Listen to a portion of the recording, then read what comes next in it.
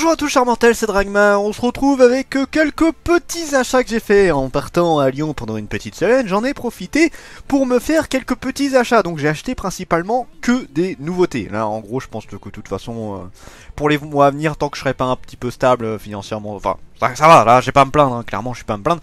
Mais tant que je serai pas remis dans un nouvel appart, tous les trucs qu'il me faut, tout ça, je pense que ouais, je vais me limiter extrêmement sur les achats. Donc là je prends juste des nouveautés, point. Et ça m'a fait du bien d'avoir des nouveautés, de pouvoir les relire, tout ça. Donc là je vais juste vous montrer ce que j'ai acheté. Et du coup sur les semaines à venir je vais vous présenter tout ça. Et en février je pense que je vais faire un petit peu pareil. Je vais acheter des nouveautés principalement, parce que bah là dans les vieux titres que j'ai du mal à les lire, parce que je suis pas à fond dedans. J'ai envie de lire des nouveautés aussi, donc voilà. Donc on en a beaucoup mine de rien, on en a 7, donc je vais juste vous faire le résumé, et je vais pas encore totalement vous parler du manga, là c'est juste vous montrer un petit peu ce que j'ai acheté. Alors The Unwanted Undead Adventure, donc là c'est le premier tome, de mémoire il y a déjà 3 tomes qui sont sortis de celui-là, c'est du Méan. Alors là j'ai acheté beaucoup de Méan mine de rien, ouais, au moins 4 de chez eux. Cela fait maintenant 10 ans que Len veut devenir aventurier, mais celui-ci stagne au rang bronze. Un jour, il se rend dans le donjon de la lune d'eau afin de s'y entraîner et d'y trouver des ressources à revendre, mais il tombe nez à nez avec un dragon créature démoniaque qui ne fréquente normalement jamais ce donjon classé débutant. Paralysé par sa puissance, il se fait dévorer et meurt. Pourtant, il se réveille sous la forme d'un démon squelette. Désorienté, il réussit finalement à bénéficier de l'évolution substantielle, une capacité que seuls les monstres possèdent, et décide de tout faire pour redevenir humain. Commence alors une lutte sans merci contre les monstres du donjon. L'histoire de Len, l'aventurier mort-vivant qui a connu un succès phénoménal sur la toile, est enfin adaptée en manga. Alors moi, comme je ne lis pas spécialement les scans, je ne savais pas, donc j'apprends cette nouvelle. Je l'ai lu entièrement, j'ai beaucoup aimé, en vrai quasiment tout ce que j'ai acheté, j'ai bien aimé. Donc je vais pas encore vous faire un gros résumé du truc, là je vous dis juste le résumé un petit peu tout ça. C'est juste pour vous voyez un peu ce qui a été pris comme nouveauté, et après on en parlera au fur et à mesure. Donc là je vous montre juste quelques images. Oui, c'est une vidéo très soft, hein, je ne m'embête pas à faire du montage, tout ça. Là c'est juste une vidéo pour vous montrer un peu. On reprend tranquillement cette petite semaine, hein. Écoutez, la semaine a été dure, mais voilà. Là j'ai très envie de prendre la suite de celui-là. Ça a été une très bonne lecture pour le coup. Alors ensuite nous avons Miruko-chan Slice of Horror, alors qui gère vraiment très bien pour le coup celui-là. Un jour Miko devient brusquement capable de voir des êtres étranges et monstrueux que personne d'autre ne peut percevoir. Elle, qui n'est qu'une jeune fille ordinaire, prend alors son courage de main pour accomplir l'impossible, faire comme si elle ne les voyait pas.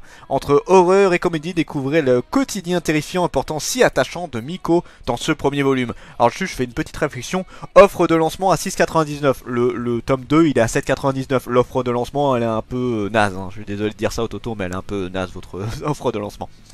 Pour 1€ franchement. Mais du coup voilà pareil, lui alors très sympa. C'est super bien foutu. Alors c'est un mix entre comédie et horreur, j'ai envie de dire ça, même si l'horreur est un petit peu particulier. Mais en fait vraiment on a une jeune fille qui est très toute choupie, toute classique, mais avec des trucs horribles qui la suit. Et pareil, une très bonne découverte. Et là, on a 2 tomes de mémoire pour celui-là. J'ai vraiment très hâte de voir la suite de ce manga-là. Également, vraiment. Et en plus, le mec, je le redis, mais il gère extrêmement bien pour ce qui est des monstres, tout ça. Même l'histoire en tant que telle. Asaf New World. Et ça, en plus, je le dis d'avance, j'adore le héros. J'adore vraiment le héros. D'ailleurs, je pense que je vais regarder où en sont les séries, parce que je prendrai très certainement la suite de ces mangas-là. Lorsqu'il retrouva ses esprits, le jeune homme se tenait seul au beau milieu des montagnes, entouré d'une faune et d'une flore sauvage et abondante. Transporté dans un monde inconnu avec ses vêtements pour seul équipement, il se rend compte qu'il n'a reçu aucun pouvoir, chose qu'il aurait pu espérer dans une telle situation. Son objectif n'est nullement de devenir un héros ou de se constituer un rêve, non, uniquement de vivre une vie paisible, une série de survie dans un monde hostile où seules vos connaissances, mais pas que, pourront vous sauver. Donc en gros c'est du isekai. Oui, j'ai acheté pas mal de isekai, hein, je préviens d'avance. Enfin pas mal, en vrai attends, ah non, j'en ai que 2 en vrai, je pense en avoir plus. C'est en fait c'est marrant, parce que j'adore ce type de personnage. En fait c'est le personnage qui est extrêmement sombre, qui montre à quel point l'être humain peut être bâtard, et il se sert justement, en fait c'est un mec qui vient d'autre monde et qui va se servir de ce qu'il connaît de la population, de ce qu'il connaît vis-à-vis de l'être humain, la manipulation, ce genre de trucs là, chose que mine de rien on fait inconsciemment des fois, et qui va s'en servir pour survivre dans ce monde. Et ça a été une très bonne découverte également. C'est franchement, des fois t'as des surprises sur certains titres, et c'est du komiku, hein, mine de rien, c'est du petit komiku. Je sais pas s'il y a le 2e tome qui est déjà sorti de cette série là, mais franchement, génial. très cool et j'ai vraiment très envie de voir la suite. Vous voyez, genre par exemple Slice of Horror, bon je peux attendre la suite, je suis pas pressé de lire le deuxième tome. Une Den Adventure, lui j'ai très envie de voir la suite.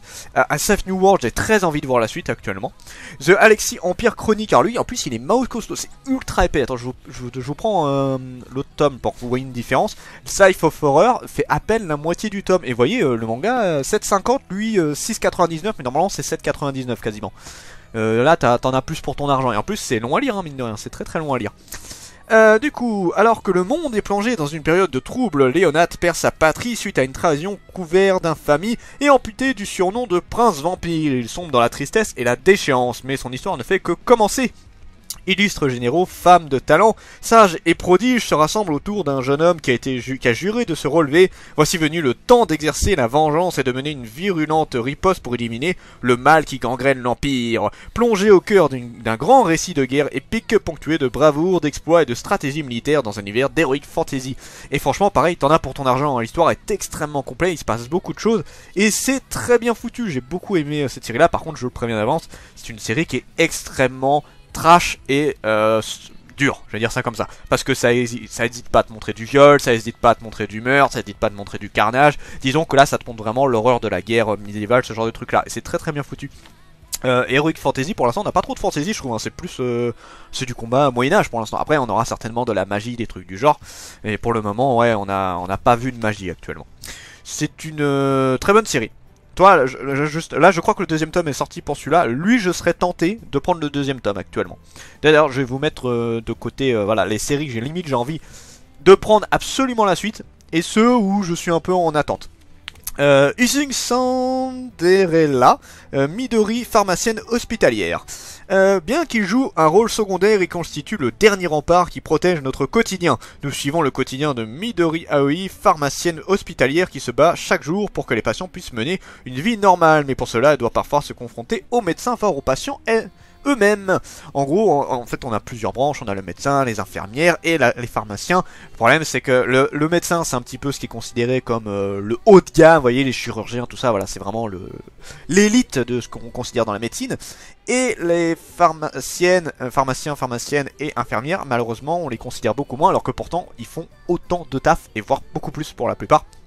Même si on considère que c'est des sous-branches, c'est quand même des gens qui sauvent beaucoup de monde et qui font un taf remarquable également. Et ça, c'est très sympa, ce genre de petit truc où on voit un petit peu l'envers du décor, parce que c'est vrai que nous, on voit le plus souvent les médecins, les infirmiers un petit peu, mais alors les pharmaciens, on voit pas grand chose. Tu les vois à l'accueil et puis basta, c'est tout. Tu sais pas tout ce qu'ils font par derrière. Et c'est vraiment, pareil, une très bonne. J'ai beaucoup aimé la série parce que ça montre un petit peu l'envers du décor et ça montre à quel point ça peut être très compliqué pour eux, puisque malheureusement, ils n'ont pas beaucoup d'autorité. Alors je sais pas comment ça se passe en France à ce niveau-là. Au Japon, là, ça montre au Japon principalement. Hein, ça m'étonnerait même pas que ce soit vraiment dans ce style-là. Mais je sais pas si en France, ils ont une grande autorité, les pharmaciens, infirmiers, tout ça.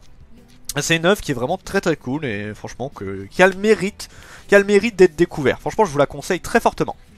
Voilà, vraiment une très bonne série qui vaut extrêmement le coup. Le seul défaut, c'est qu'elle a un chignon. Oui, je déteste les chignons, c'est une blague bien évidemment. Oh non, c'est pas une blague que je déteste les chignons, mais c'est pas un défaut, faut pas déconner. Brisé par ton amour, volume 1. Pareil, une série, alors de la catégorie en plus d'Aitan, donc c'est censé être une catégorie, vous savez, un petit peu cul, tout ça. Pas tant que ça en vrai, hein. Ils ont fait ça avec Pinsaro Sniper, donc c'est des séries que Mayan a sorti qui étaient censées être un peu plus cul, tout ça. Pour le coup, pas trop en vrai pour celui-là. Victime de harcèlement scolaire pendant des années au collège, Kanae est maintenant lycéenne, encore traumatisée. Elle est très sensible sur ce que pensent d'elle ses camarades de classe. Hors du lycée, elle assouvit son désir de reconnaissance en entretenant des relations payées avec des hommes plus âgés. Un jour, lors d'une sortie dans un karaoké, elle fait la rencontre de Hiroshi, mais ce dernier va la surprendre avec l'un de ses clients. Cela ne va pas l'empêcher de se montrer gentil, et Kanae va tomber amoureuse de lui. Cet amour va marquer le début de nombreux événements tragiques. En gros, c'est une lycéenne qui en a bavé quand elle était au collège, c'était clairement la victime du collège, et elle va essayer de faire en sorte que le lycée se passe mieux, quitte à faire en sorte de passer pour une connasse de service, c'est-à-dire en disant amen à tout ce que ces saloperies de copines, hein, je mets entre grandes parenthèses, veulent faire, voilà, humilier d'autres gens, chose qu'elle subissait avant, même si d'elle-même ça la débecte. C'est une histoire qui était super cool, pareil, hein, super bien travaillée, il y a beaucoup de choses à dire sur cette série-là. En vrai, là, il y a beaucoup de titres où je pense que déjà, ce titre-là, je sais que je vais y passer du temps. Lui, il y a le deuxième tome qui est sorti, et oui, clairement, je prendrai le deuxième tome, il fait partie des séries que je veux voir la suite, absolument. Vraiment, vraiment, absolument, c'est une super bonne série qui fait réfléchir, qui est malheureusement est quand même encore d'actualité, hein, ce genre de débat là avec, vous savez, voilà, il faut être cool pour pas être mis à l'écart, tout ça. Malheureusement, l'école n'est pas un domaine tendre, hein. On croit que l'école c'est joyeux, mais pas tant que ça, pas toujours en tout cas, c'est pas le cas pour tout le monde, mais c'est pas toujours très très joyeux. J.K. Haru, Sex Worker in Another World. Dans un monde parallèle où le sexisme est roi, les jeunes filles ne vivent pas, elles survivent. Haru Koyama, lycéenne tout à fait lambda, va voir sa vie basculer suite à un violent accident. Ce n'est qu'en rouvrant les yeux qu'elle va se rendre compte qu'elle n'est plus du tout chez elle. La voilà projetée dans un autre monde régi par un système patriarcal. Ne possédant aucun stade particulier, la jeune fille se retrouve à devoir travailler au Chat Bleu Nocturne, un bar aussi connu pour être une maison de passe où chacun peut assouvir ses fantasmes. Découvrez l'histoire d'une lycéenne ressuscitée dans un monde parallèle à travers cette adaptation tiré du roman ayant fait grand bruit sur le web. Donc là en gros pour l'histoire c'est une jeune fille qui est morte et qui revient dans un autre monde, sauf qu'elle a pas de pouvoir particulier comme on a l'habitude de voir dans un isekai. C'est vraiment en mode elle a pas le choix de se prostituer parce qu'elle a rien de particulier. Le problème c'est qu'à l'époque Moyen-Âge, à part être prostituée, serveuse ou des trucs du genre, tu peux pas faire grand chose en tant que femme. Ou alors te marier et voilà quoi, c'est tout. Donc elle va devoir subir ça et survivre. Le problème c'est que là vraiment on est dans un univers, un monde, c'est pas que fictif, hein, c'est quelque chose qui existait et malheureusement existe encore dans certains endroits du monde où vraiment la femme est considérée comme une sous-merde qui est là juste comme, j'aime pas ce terme mais comme vide couille, hein, clairement c'est ça, hein, c'est clairement ça que le manga te montre. Et malheureusement c'est un peu le truc qui existait à l'époque.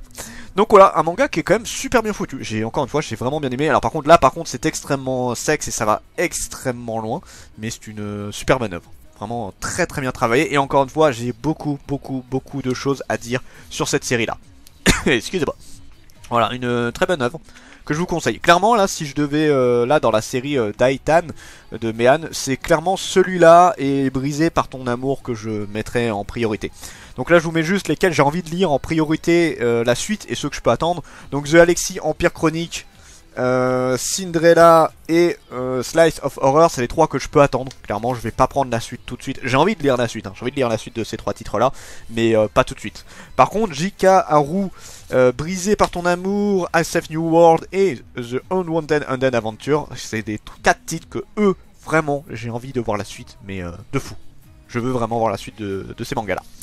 Donc voilà, c'était juste pour vous montrer quelques petits achats que j'ai fait en vous en parlant un petit peu. C'était principalement que des nouveautés, donc je pense que ça, ce genre de format là, c'est très soft, mais c'est très facile à faire pour moi aussi. Mais moi j'aime bien pouvoir vous les présenter. Je le ferai certainement 1 ou 2 fois par mois, on verra. Là il y a certainement les suites que je vais commander pour certains. Donc voilà, en tout cas, j'ai hâte de vous les présenter. J'en présenterai un cette semaine, la semaine prochaine 2, on va essayer de reprendre tranquillement le rythme. C'était Dragmar et je vous dis à la prochaine, chers mortels.